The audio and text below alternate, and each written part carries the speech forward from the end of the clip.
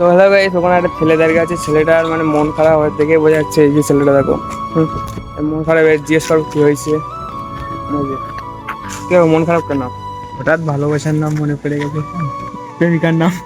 প্রেম করতে করতাম এক সময়, এখন আর হয় না। মানে একসময় প্রেম করতে, এখন ছেড়ে গেছে। খুব কষ্টে আছি। নাম কি তোমার? নাম রায়হান মোল্লা। রায়ান মোল্লা। মানে আচ্ছা, ইমানদার মুসলমান আছি। এখন প্রেমিকার কথা মনে হচ্ছে। বিশাল আমি একে চিনি, মানে প্রেম করতো, প্রেমিকা ছেড়ে চলে গেছে অন্য একটা ছেলে হাত ধরে। বিশাল বেগে মনে পড়ছে প্রেমিকার কথা। এখন কি বলবো, মানে এখন ওর কথা মানে বিরাট মনে পড়ছে না।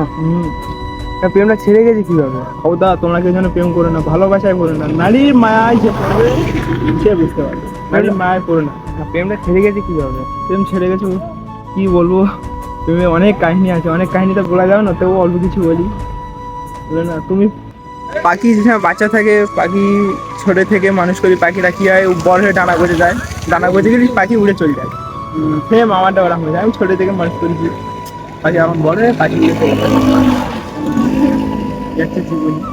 আরো আছে জীবন হিস্ট্রি, পুরো কি বল, পুরো পরিবেশ বইয়ের মতন জীবন হিস্ট্রি আছে। মানে এখন বিরাট কষ্ট হয়েছে, বিরাট কষ্ট আছে এর এইসব মানে জীবনে একটাই প্রেম করেছে, একটাই একটাই প্রেম, ভালোবাসা, একটাই ভালোবাসা।